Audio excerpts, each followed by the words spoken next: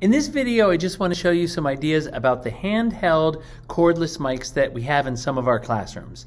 If we have this, these are the mics that we will use to hand around to help our classmates have better sound while they're asking questions, making comments during our class.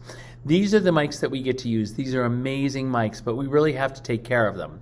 So I do want to show you when we're set up each day. Our crew comes in and they put the mics in, and I don't know if you can tell, but there's a light here. It's a nice light yellow, and that means that it's on. We don't have to deal with turning on and off the mic. What we do have to deal with is muting and unmuting the mic. So that is right here. And if you push up on this,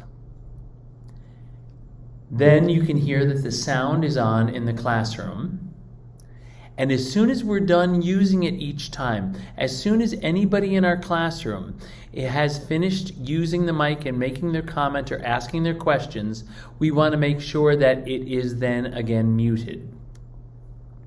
The reason we do this is because our classrooms are set up with so many microphones and speakers in our ceilings to make the sound better in the classroom. But unfortunately, when this goes toward a speaker and the microphones and the speakers in the ceiling, it can create a cycle of feedback, and we don't want feedback during our classes.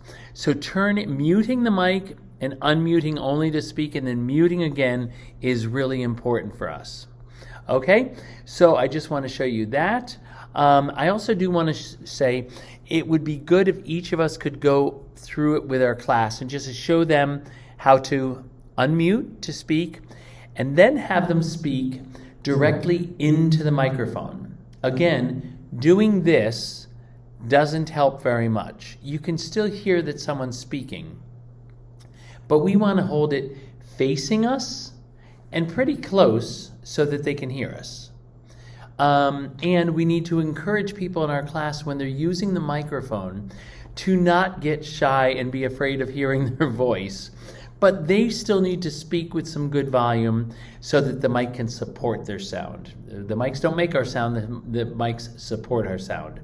So we just want to make sure we're facing it into us, because also when it's going this way instead of this way, it helps so that that cycle of feedback doesn't get created in the class. It can happen in different places when we hand out these mics.